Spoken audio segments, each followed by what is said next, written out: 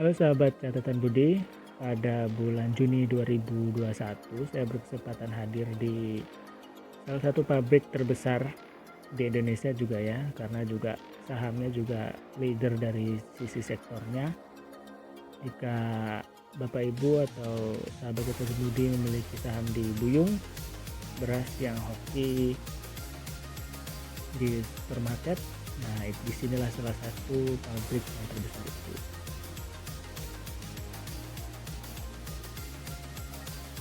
Jadi di video ini saya akan menjelaskan sedikit tentang proses-proses yang ada di pabrik.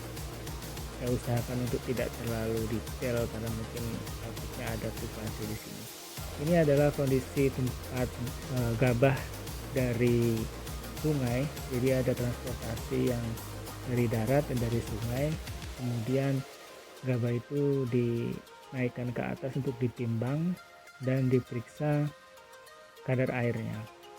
Jadi harga yang diterima petani berdasarkan kadar air. Semakin kering dan semakin bagus, harganya akan semakin bagus. Dan ini nanti juga gabah ini kering atau basahnya juga akan mempengaruhi nanti di pengeringan dengan menggunakan mesin yang kisarannya 15-20 jam katanya. Kapasitas pabrik ini sekitar 1100 ton per hari. Nah ini di proses ini tadi kan ada penyortiran tentang mana gabah yang sudah kering, mana gabah yang masih basah. Ini dipisahkan di sini. Jadi di tengah-tengah itu ada cat warna kuning dan warna merah. Nah ini saya coba merekam mana yang disemprot warna merah, tapi kebetulan waktu di rekam di sini warna merah tidak saya jumpai. Jadi karung yang lewat di sini nanti akan disemprotkan cat warna kuning atau warna merah dan nanti akan dipisahkan warna itu untuk dikumpulkan.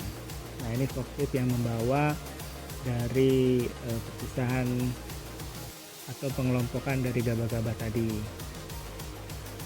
Jadi sahabat catatan Budi, tadi berdasarkan informasi dari pemilik pabriknya sendiri, semakin cepat gabah itu dibawa dari sawah ke pabrik, itu akan semakin bagus kualitasnya. Berasnya yang dihasilkan akan semakin putih dan lendirnya juga akan semakin sedikit. Jadi paling bagus memang ketika sudah dipanen langsung dibawa ke pabrik untuk ditimbang dan diserahkan. Dan yang kalau mau hasilnya yang lebih bagus terutama dari penerimaan petani ya memang dikeringkan dulu, karena semakin kering juga harganya yang diterima itu semakin tinggi. Nah ini adalah tempat pengayakan. Jadi tadi setelah dipanen diserahkan di sini untuk diayak.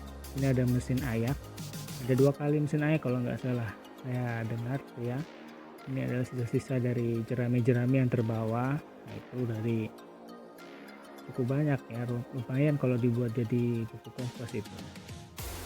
Kemudian tanpa disentuh oleh tangan maksud saya, tanpa disentuh oleh tangan, ia akan langsung masuk ke bagian silo. Jadi di tempat ini kalau sudah bersih dari serasah-serasah, di tempat selanjutnya nanti ya itu akan dikeringkan melalui mesin juga. Jadi di sini tidak menggunakan sinar matahari lagi. Kalau kita lihat pabrik-pabrik pengeringan kecil di desa itu kan tempat depannya itu kan biasanya tempat pengeringan gitu.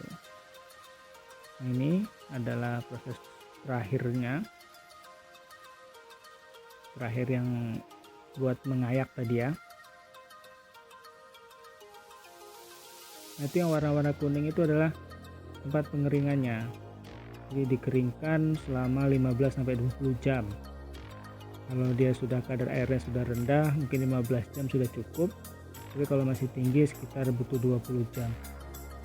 Nah itu yang kuning besar itu. Jadi memang kapasitasnya wajar kalau 1100 ton per hari. Jadi padi atau beras yang dihasilkan di sini dijual-jual di supermarket yang berupa beras-beras premium. Jika Indonesia tiap kabupaten memiliki pabrik seperti ini, otomatis bisa diprediksi bakal meningkat daya saing beras Indonesia. Ini adalah hasil akhirnya, dia merupakan packaging ya, sudah terlihat itu packaging yang dikemas. Oke, itu saja. Terima kasih sudah menonton. Ini foto bukti saya di sana. Thank you.